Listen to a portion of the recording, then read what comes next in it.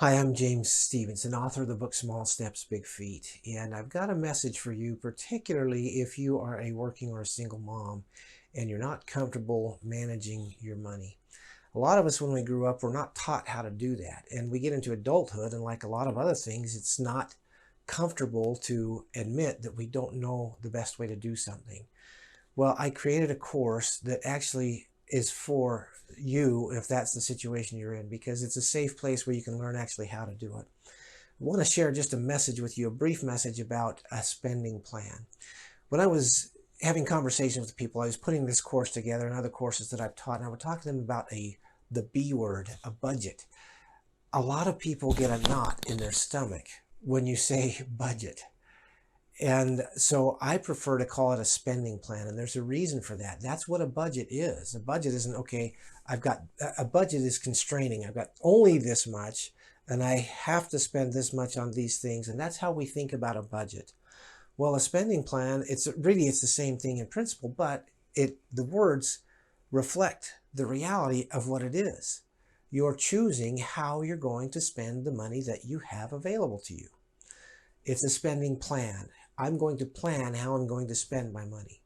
It gives you more control. Hopefully it takes away some of that negativity. But why do you want to have one in the first place? I talk to some people that say, why budget? Why do I even bother doing that? My goal is to have the minimum amount go out and the maximum amount come in. That's my budget. That's my spending plan. Well, that may be great for you, but in most cases it doesn't work because we're not really in command of our money. Here's an analogy for you. Maybe you got kids that played high school football. I wasn't one of them, but if you've been to a football game, for example, and you go as a spectator, you're sitting in the bleachers and you're watching. I mean, you're excited about it. You want your team to win. You're screaming, you're yelling at the refs for their calls that you don't like, all that stuff. You're a spectator and it's fun, right? It's fun to watch, especially if your team wins. That's not how you want to take care of your money. When you are in charge of your money, you are actually the coach on the sideline. Or even more, you're the quarterback in the game. You're not watching, you're controlling it. That's the difference between having a spending plan and not having a spending plan.